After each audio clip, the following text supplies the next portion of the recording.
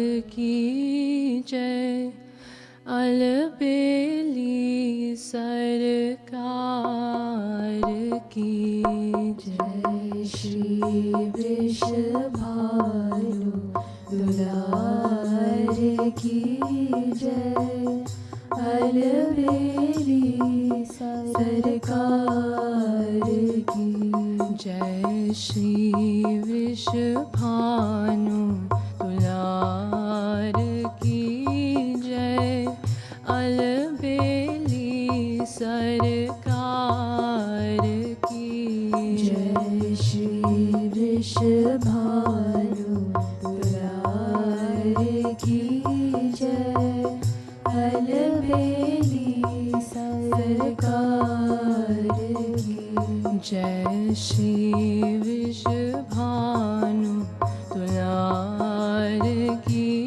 जय, अलबेली सरकार की जय, श्री वृषभानु दुलार की जय, अलबेली सरकार की जय, स्वामी निनंद कुमार की जय, अधाधुंद दरबार की जय, स्वामी निनंद कुमार की जय, अधाधुंद दरबार की जय, स्वामी निनंद कुमार की जय, अधाधुंद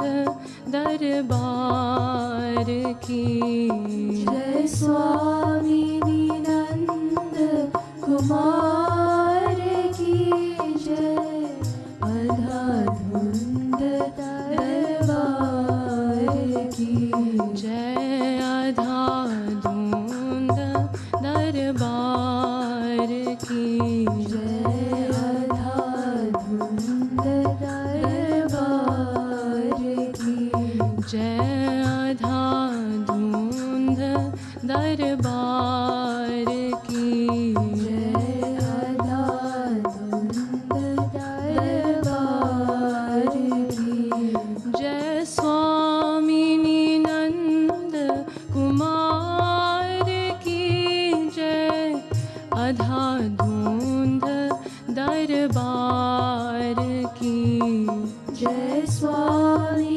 निनंद कुमार की जय, अधाधुंद दरबार की जय, श्री वृषभानु दुलार की जय, अलबेली सरकार की जय, श्री वृषभानु दुलार की जय, अलबेली सरकार की जय, श्री वृषभानु दुलार की जय, अलबेली सरकार की जय, श्री वृषभानु दुलार की जय,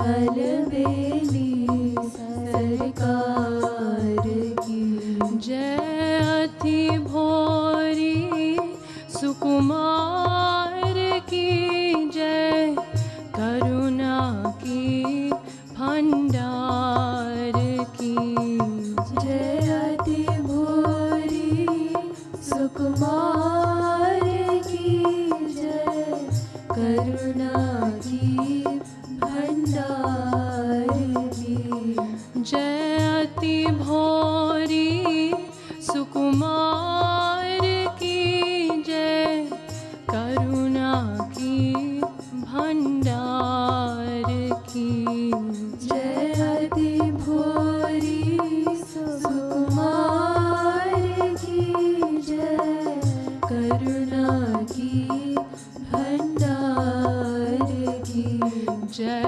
करुणा की भंडार की जय करुणा की भंडार की जय करुणा की भंडार की जय करुणा की भंडार की जय अति भोरी सुकुमार की जय करुणा की भंडार की जय अति भोरी सुकुमार की जय करुणा की भंडार की जय श्री वृषभानु तुलार की जय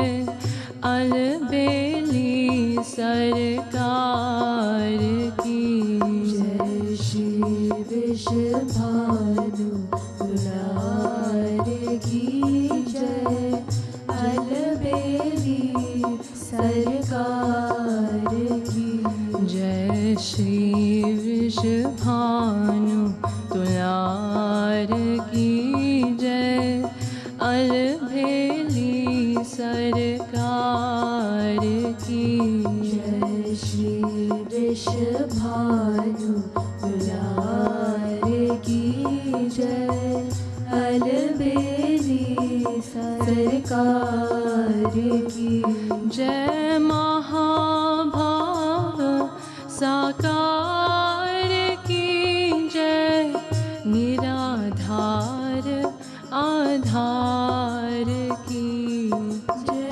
महाभाव साकार की जय निराधार आधार की जय महाभाव साकार की जय निराधार आधार की जय महाभाव साकार की जय निराधार आधार की जय निराधार आधार की जय निराधार आधार की जय निराधार आधार की जय निराधार आधार की जय महाभाव साकार की जय निराधार आधार की जय महाभाव साकार की जय निराधार आधार की जय श्री वृषभानु तुलार की जय अलबेली सरकार की जय श्री वृषभानु तुलार की जय अलबेली सरकार की जय श्री वृषभानु तुलार की जय अलबेली सरकार की जय श्री वृषभानु तुलार की जय अलबेली सरकार की जय श्री वृषभानु तुलार की जय अलबेली सरकार की जय श्री वृषभानु तुलार की जय अलबेली सरकार की जय शक्ति लादिनी सा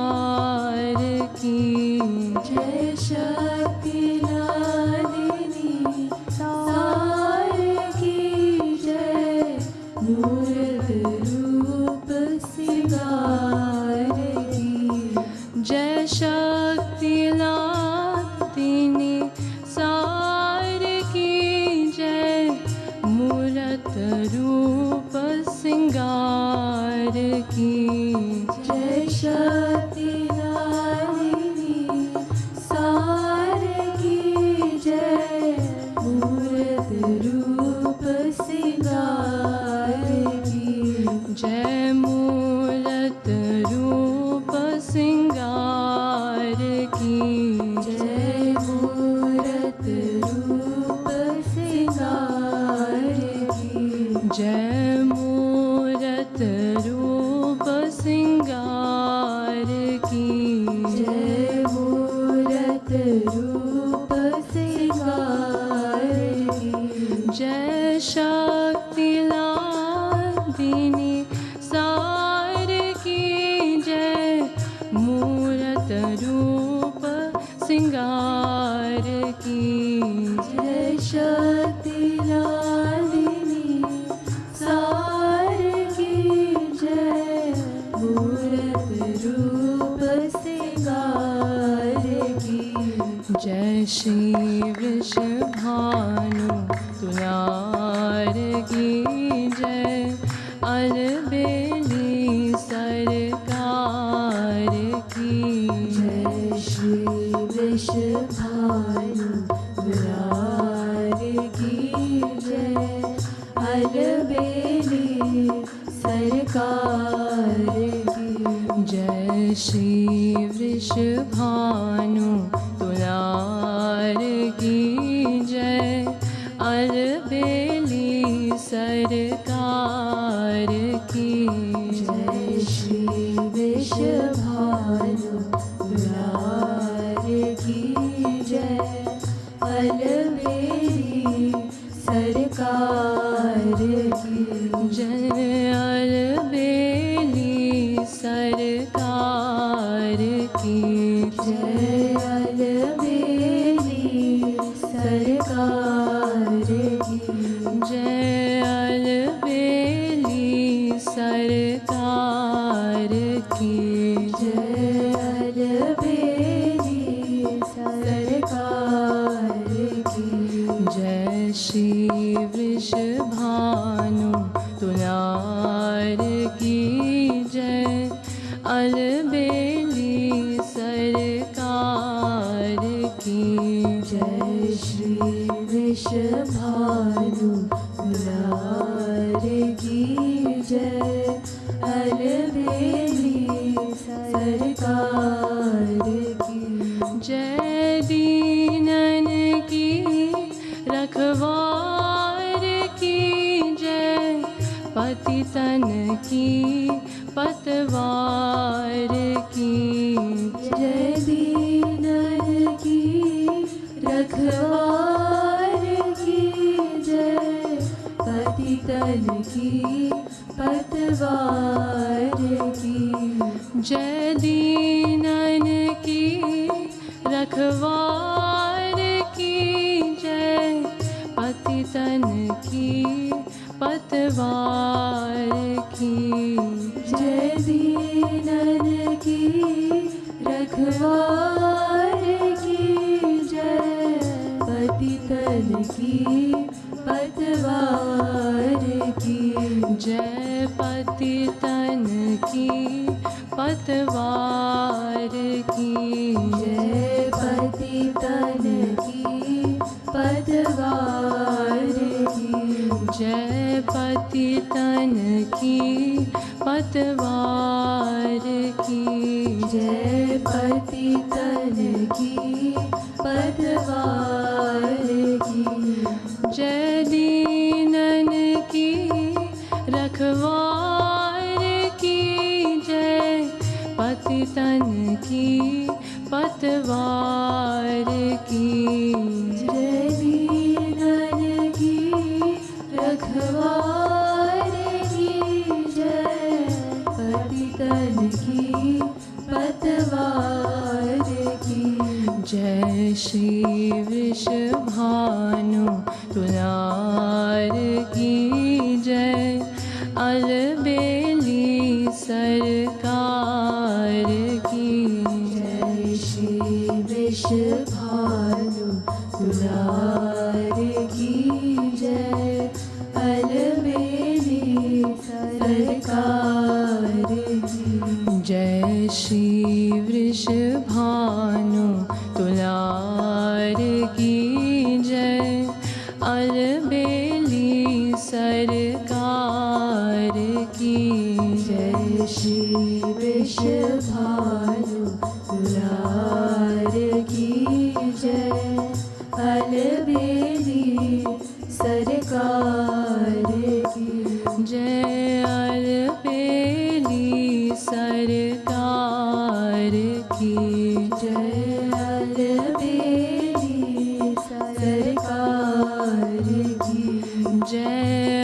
अलबेली सरकार की जय। अलबेली सरकार की जय श्री वृषभानु तुलार की जय।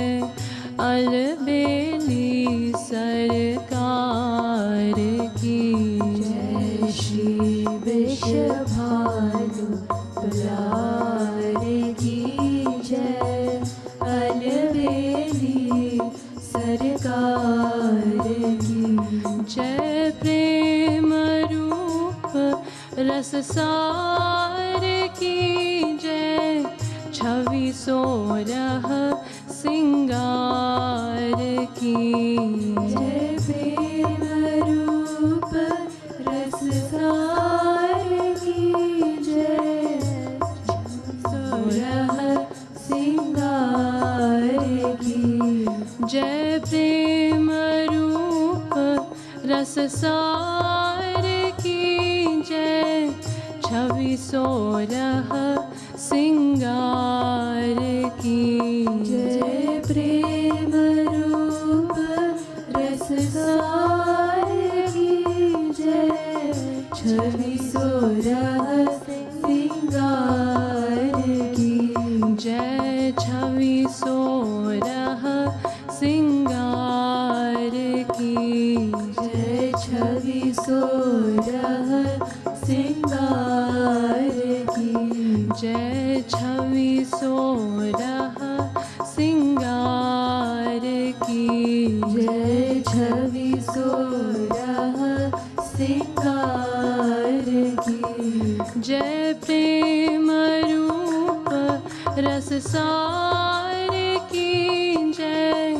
छवि सोरह सिंगार की जय। प्रेम रूप रस सार की जय। छवि सोरह सिंगार की जय श्री वृषभानु तुलार की जय। अलबेली सरकार की जय श्री वृषभानु तुलार की जय। अलबेली सरकार की जय श्री वृषभानु तुलार की जय। अलबेली सरकार की जय श्री वृषभानु तुलार की जय। अलबेली सरकार की जय। अलबेली सरकार की जय। अलबेली सरकार की जय। अलबेली सरकार की जय। अलबेली सरकार की जय श्री वृषभानु तुलार की जय। अलबेली सरकार सरकार की। जय श्री वृषभानु दुलार की जय। अलबेली सरकार की जय मम कृपालु सरकार की जय। सखियन प्राणाधार की जय मम कृपालु सरकार की जय। सखियन प्राणाधार की जय मम कृपालु सरकार की जय। सखियन प्राणाधार की जय मम कृपालु सरकार की जय। सखियन प्राणाधार की जय सखियन प्राणाधार की जय सखियन प्राणाधार की जय सखियन प्राणाधार की जय सखियन प्राणाधार की जय मम कृपालु सरकार की जय। सखियन प्राणाधार की जय मम कृपालु सरकार की जय। सखियन प्राणाधार की जय श्री वृषभानु तुलार की जय। अलबेली सरकार की जय श्री वृषभानु दुलार की जय। अलबेली सरकार की जय श्री वृषभानु तुलार की जय। अलबेली सरकार की जय श्री वृषभानु दुलार की जय। अलबेली सरकार की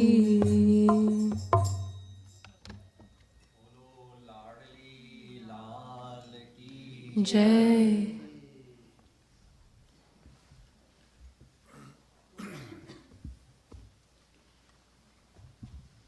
प्रथमं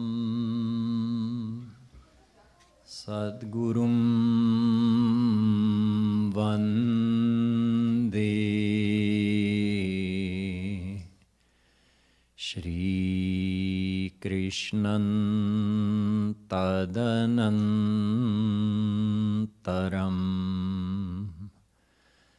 गुरुपापात्मना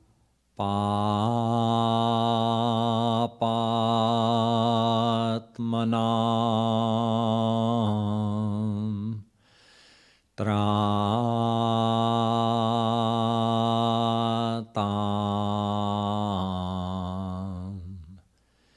श्रीकृष्णस्त्वमलात्मना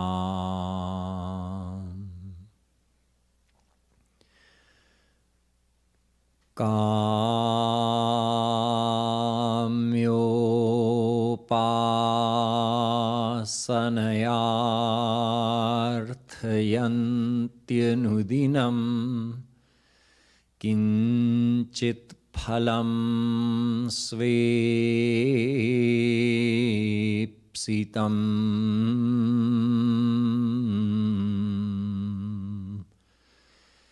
केचित् स्वर्गमथापवर्गमपरे